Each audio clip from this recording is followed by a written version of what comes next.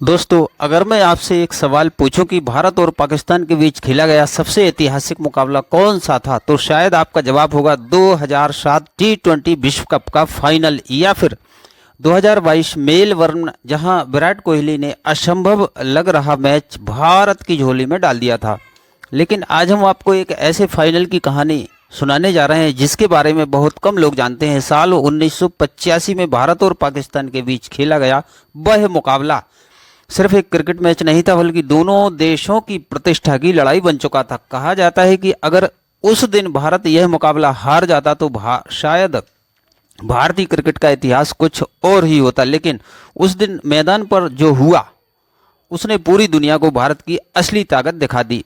इस ऐतिहासिक जीत से जुड़े कई ऐसे राज भी हैं जिनकी चर्चा आज तक बहुत कम हुई है, इसलिए इस वीडियो को आखिर तक जरूर देखिएगा, क्योंकि आगे जो सच सामने आएगा पहले कभी नहीं सुना होगा। यह कहानी शुरू होती है साल 1983 से, जब भारत ने पूरी दुनिया को चौंकाते हुए विश्व कप अपने नाम कर लिया था। लेकिन हैरानी की बात यह थी कि विश्व कप जीतने के बाद भी दुनिया भारत को मजबूत टीम मानने के लिए तैयार नहीं थी। विदेशी मीडिया और कई बड़े क्रिकेट विशेषज्ञों का मानना था कि 1983 की जीत सिर्फ किस्मत थी, किस्मत का खेल था। उनका कहना था कि भारत एक बार तो चैंपियन बन गया, लेकिन लगातार बड़ी टीमों को हराना उसके वश की बात नहीं है। इसी बीच साल 1985 में ऑस्ट्रेलिया की धरती पर Benson and Hedges world championship of cricket का आयोजन हुआ। दुनिया की लगभग सभी बड़ी क्रिकेट टीमें इस टूर्नामेंट वाली थी। भारत के सामने अब सबसे बड़ी चुनौती थी खुद को फिर से साबित करना।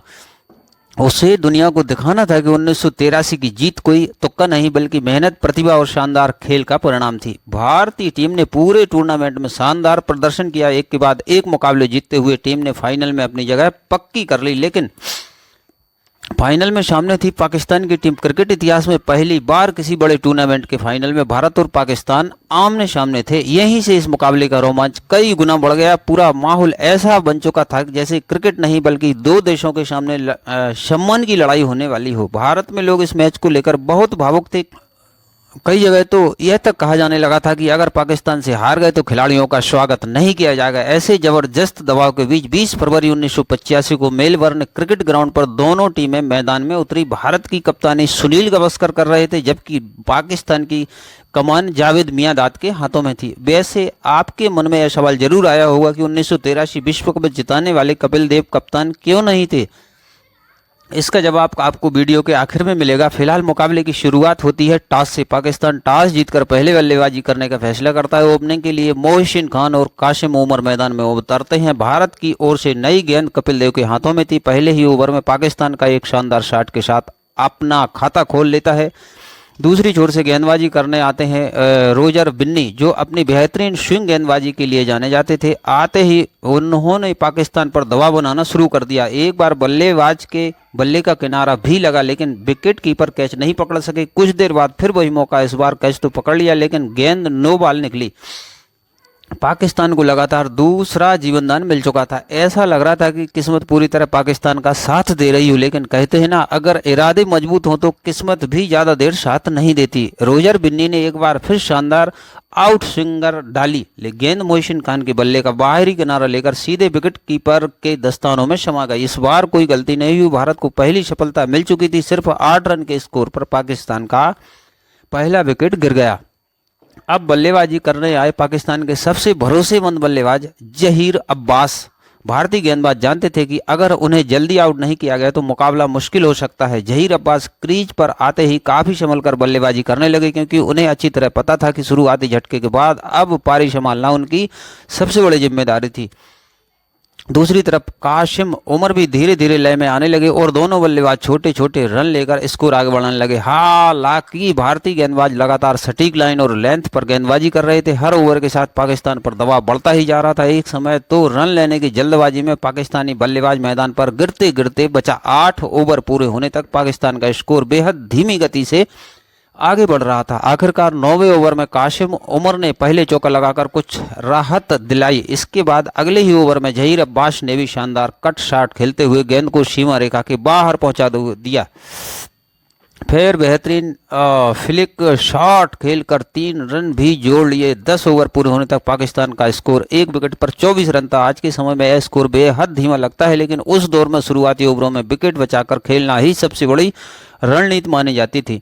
धीरे धीरे बल्लेबाज अब रन गति बढ़ाने की कोशिश करने लगे। गेंदबाज के लिए मदन लाल को लगाया गया, लेकिन कासिम उमर ने उनका स्वागत शानदार चौके के साथ किया। इसके बाद कप्तान सुनील गावस्कर ने स्पिन गेंदबाजी का सहारा लिया। उन्होंने युवा स्पिनर लक्ष्मण शिवराम कृष्णन को गेंद थमा दी, लेकिन कासिम उमर ने भी उन्हें शानदार स्वीप शॉट लगाकर चौका बटोर लिया। 24 ओवर पूरे होने तक पाकिस्तान का स्कोर 72 रन तक पहुंच चुका था। दोनों बल्लेबाज अब पूरी तरह सेट हो चुके थे। ऐसा लगने लगा था कि पाकिस्तान अब बड़े स्कोर की ओर तेजी से बढ़ रहा है। भारतीय खेमे में भी चिंता साफ दिखाई देने लगी थी, क्योंकि किसी भी फाइनल मुकाबले में बड़ा लक्ष्य हासिल करना आसान नहीं माना जाता। भारत को किसी भी कीमत पर इस साझेदारी को तोड़ना जरूरी था, और तभी कप्तान गावस्कर का दांव काम कर गया। युवा स्पिनर लक्ष्मण शिवराम कृष्णन ने शानदार गेंद फेंकी। बल्लेबाज ने सीधा शॉट खेला, लेकिन गेंद वापस गेंदबाज के हाथों में चली गई। लक्ष्मण ने बेहतरीन रिटर्न कैच पकड़कर जहीर अब्बास को पवेलियन भेज दिया। 73 रन के स्कोर पर पाकिस्तान को दूसरा बड़ा झटका लग चुका था। भारत ने मुकाबले में शानदार वापसी कर ली थी। अब मैदान पर पाकिस्तान कप्तान जावेद मियांदाद बल्लेबाजी करने आए। उन्होंने आते ही शानदार शॉट खेलकर अपना खाता खोला। दूसरी ओर कासिम उमर भी पूरे आत्मविश्वास के साथ बल्लेबाजी कर रहे थे। उन्होंने शानदार पारी खेलते हुए अपना अर्धशतक भी पूरा कर लिया। 30 ओवर पूरे होने तक पाकिस्तान का स्कोर 91 रन था। अब दोनों बल्लेबाज रन गति बढ़ाने की कोशिश में लगातार बड़े शॉट खेलने लगे, लेकिन भारतीय गेंदबाजों ने खुलकर खेलने का मौका नहीं दे रहे थे। पाकिस्तान का रन रेट अभी भी काफ़ी धीमा था। इसी दबाव का असर आखिरकार दिखाई दिया। पूरी तरह सेट हो चुके कासिम उमर ने एक गलत शॉट खेल दिया। गेंद सीधी लक्ष्मण शिवराम कृष्णन के हाथों में चली गई थी। इस तरह पाकिस्तान का तीसरा विकेट भी गिर गया। ड्रेसिंग रूम में पूरी तरह सन्नाटा छा गया, क्योंकि टीम को कासिम उमर से बड़ी पारी की उम्मीद थी। अब बल्लेबाजी के लिए रमीज राजा मैदान में उतरे, जो अपनी आक्रामक बल्लेबाजी के लिए मशहूर थे। उन्होंने आते ही बड़ा शॉट खेलने की कोशिश की, लेकिन गेंद बल्ले का किनारा लेकर थर्ड मैन की तरफ चली गई। किस्मत के सहारे उन्हें 3 रन मिल गए। इसके बाद भी रमीज लगातार रन गति बढ़ाने की कोशिश कर रहे थे, लेकिन भारतीय गेंदबाजों ने उन्हें खुलकर चौका लगाने का कोई मौका नहीं छोड़ा। अधिकतर रन 1 और 2 के रूप में ही आते रहे। बस एक बार फिर गेंदबाजी के लिए रोजर बिन्नी को वापस बुलाया, जिन्होंने शुरुआती स्पेल में शानदार गेंदबाजी की। रमीज ने उनके खिलाफ भी कुछ अच्छे शॉट लगाए, लेकिन पाकिस्तान की जरूरत सिर्फ 1-2 रन नहीं, बल्कि तेजी से चौके और छक्के और बड़े शॉट थे। ओवर लगातार कम होते जा रहे थे। दबाव अब पूरी तरह पाकिस्तान की टीम पर आ चुका था, और यही दबाव अगले बड़े विकेट की वजह बनने वाला था। दबाव अब पूरी तरह पाकिस्तान की टीम पर आ गया था, और हर गुजरते ओवर के साथ रन गति और भी धीमी होती जा रही थी। ऐसे समय में पाकिस्तान को अपने कप्तान जावेद मियांदाद और रमीज राजा से बड़ी पारी की उम्मीद थी, लेकिन भारतीय गेंदबाज किसी भी बल्लेबाज को खुलकर खेलने का मौका नहीं दे रहे थे। हर रन के लिए पाकिस्तानी बल्लेबाजों को कड़ी मेहनत करनी पड़ रही थी। 40 ओवर पूरे होने तक पाकिस्तान का स्कोर सिर्फ 124 रन था। अब अंतिम 10 ओवरों का खेल बाकी था, और यहीं से मुकाबले की असली परीक्षा शुरू होने वाली थी। रमीज राजा ने आगे बढ़कर एक बेहतरीन शॉट खेलने की कोशिश की, लेकिन रवि शास्त्री ने चीती जैसी फुर्ती दिखाते हुए शानदार डाइव लगाकर गेंद को रोक लिया। जहां पाकिस्तान को चौका मिल सकता था, वहां सिर्फ 1 रन ही मिल पाया। लगातार कई ओवरों में से पाकिस्तान के बल्ले से कोई चौका नहीं निकला था। आखिरकार 43वें ओवर में इमरान खान ने मिड ऑफ के ऊपर से शानदार शॉट खेलते हुए गेंद को बाउंड्री तक पहुंचा दिया। काफी देर बाद चौका मिलने पर पाकिस्तानी दर्शकों में थोड़ी खुशी जरूर दिखाई दी, लेकिन उनकी टीम अभी भी दबाव से बाहर नहीं निकल पाई थी। अब सिर्फ 8 ओवर शेष थे। रन रेट अब भी बेहद साधारण बना हुआ था। पाकिस्तानी समर्थकों को उम्मीद थी कि आखिर ओवरों में उनकी टीम तेजी से रन बटोरेगी, लेकिन तभी गेंद से फिर कपिल देव के हाथों में आ गई थी। कपिल देव ने आते ही शानदार गेंदबाजी शुरू कर दी। रमीज राजा बड़े शॉट खेलने के प्रयास में कैच दे बैठे। भारत को एक और बड़ी सफलता मिल गई। पूरा भारतीय खेमा खुशी से झूम उठा। वहां पाकिस्तान के ड्रेसिंग रूम में मायूसी साफ दिखाई देने लगी। इसी ओवर की आखिरी गेंद पर कपिल देव ने तेज बाउंसर फेंकी। गेंद इमरान खान के बल्ले का ऊपरी किनारा लेकर बाउंड्री की ओर बढ़ी, और लेकिन रवि शास्त्री ने शानदार फील्डिंग करते हुए गेंद को रोक लिया। इस दौर में ऐसी फील्डिंग करना बिल्कुल आसान नहीं था। मैदान की घास भी आज जैसी नहीं होती थी, फिर भी भारतीय खिलाड़ी पूरी जान लगाकर हर रन बचा रहे थे। 43 ओवर के बाद पाकिस्तान का स्कोर 148 रन था। अब पूरी जिम्मेदारी इमरान खान पर आ चुकी थी। उन्होंने बड़े शॉट खेलने की और लगाने की बहुत कोशिश की, लेकिन कपिल देव ने एक बार फिर कमाल कर दिखाया। इमरान खान ने हवा में शॉट खेला, गेंद काफ़ी ऊंची गई। मदन लाल ने बिना कोई गलती की आसान कैच लपक लिए। 151 रन के स्कोर पर पाकिस्तान को छठा बड़ा झटका लग गया। यह विकेट भारत के लिए बेहद अहम साबित हुआ। पाकिस्तान की पूरी तरह बिखरता हुआ दिखाई दे रहा था। अंतिम ओवरों में उनके बल्लेबाज तेजी से रन बनाने की कोशिश कर रहे थे, लेकिन भारतीय गेंदबाजों ने उन्हें खुलकर खेलने का एक भी मौका नहीं दिया। इसी दौरान कपिल देव ने शानदार थ्रो करते हुए मुदस्सर को रन आउट भी कर दिया। इसके बाद नया बल्लेबाज मैदान पर आया। उसने पहले ही गेंद पर शॉट लगाने की कोशिश की, लेकिन मोहिंदर अमरनाथ ने बेहतरीन कैच पकड़कर एक और विकेट भारत की झोली में डाल दिया। पाकिस्तान के बल्लेबाज पूरी तरह घबराए हुए नजर आ रहे थे। भारतीय गेंदबाज लगातार उन पर दबाव बनाए हुए थे। आखिरकार 49.2 ओवर में पाकिस्तान की पूरी टीम 183 रन बनाकर ऑल आउट हो गई। अब भारत के सामने जीत के लिए 184 रन का लक्ष्य था। आज के समय में यह लक्ष्य छोटा लग सकता है, लेकिन उस दौर की मुश्किल पिच और पाकिस्तान के तेज गेंदबाजों को देखते हुए बिल्कुल आसान नहीं था। उधर पाकिस्तान के पास इमरान खान और वसीम अकरम जैसे खतरनाक गेंदबाज मौजूद थे। इधर पूरे भारत की निगाहें इस मुकाबले पर टिकी थी। सीमा पर तैनात भारतीय जवान भी रेडियो के जरिए इस मैच की खबरें सुन रहे थे। अब मुकाबले का दूसरा और सबसे बड़ा रोमांचक अध्याय शुरू होने वाला है। भारत की ओर से रवि शास्त्री और कृष्णमाचारी श्रीकांत ओपनिंग करने मैदान में उतरे। पाकिस्तान की ओर से नई गेंद लेकर आए उनके सबसे खतरनाक तेज गेंदबाज इमरान खान। पहली गेंद से उन्होंने अपनी रफ्तार और स्विंग का एहसास करा दिया, लेकिन रवि शास्त्री ने शानदार कट शॉट खेलते हुए भारत का खाता खोल दिया। इसके साथ ही भारतीय दर्शकों की उम्मीदें भी और मजबूत हो गई। हालांकि शुरुआत से ही साफ दिखाई दे रहा था कि यह पिच बल्लेबाजों के लिए बिल्कुल आसान नहीं है। हर गेंद पर अतिरिक्त उछाल और स्विंग बल्लेबाजों की कठिन परीक्षा लेने वाली थी। भारत की पारी की शुरुआत उम्मीद के साथ हुई थी, लेकिन पाकिस्तान के तेज गेंदबाज शुरू से ही खतरनाक लय में दिखाई दे रहे थे। रवि शास्त्री ने पहली गेंदों पर संयम दिखाया और लेकिन इमरान खान लगातार उन्हें परेशान करते रहे। आखिरकार एक शानदार उछाल लेती गेंद पर रवि शास्त्री बल्ले का किनारा दे बैठे। जावेद मियांदाद ने स्लिप में आसान कैच पकड़ लिया। भारत का पहला विकेट सिर्फ 2 रन पर गिर चुका था। पाकिस्तानी खिलाड़ी इस विकेट का जोरदार जश्न मनाने लगे। उन्हें लगने लगा था कि मुकाबला अब उनकी मुट्ठी में आ चुका है। एक अब युवा बल्लेबाज मोहम्मद अजहरुद्दीन मैदान पर आए।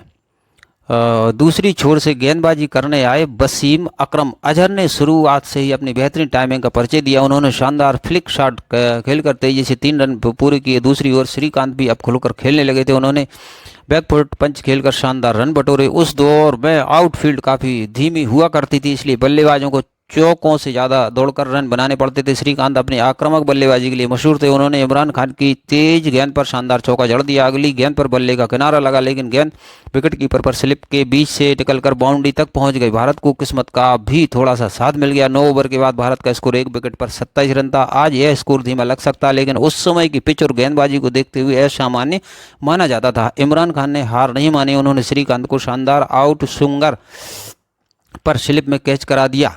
भारत को दूसरा बड़ा झटका लग गया। अब दिलीप वेंगसरकर बल्लेबाजी करने आए। पूरी भारत की उम्मीदें उन्हीं पर टिकी हुई थी, लेकिन इमरान खान पूरी आग उगल रहे थे। उन्होंने अतिरिक्त उछाल लेती गेंद डाली।